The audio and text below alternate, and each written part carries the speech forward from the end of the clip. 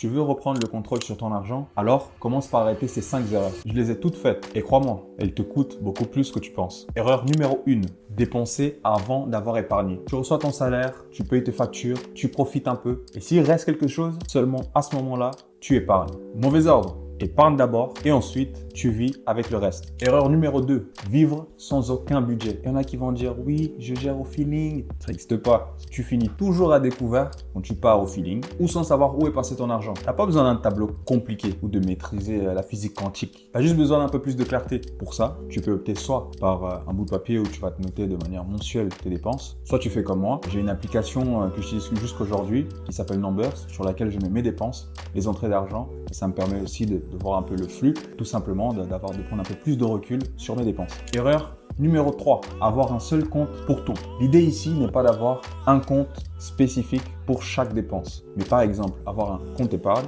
normal et un compte sur lequel vous allez mettre par exemple l'épargne pour des vacances. Donc 3 comptes. Compte courant, compte vacances et compte épargne. Au minimum, bien sûr. L'idée principale à retenir ici, c'est que tu ne dois pas confondre ce que tu dois dépenser et ce que tu dois garder. Erreur numéro 4, penser qu'il faut gagner plus pour mieux s'en sortir.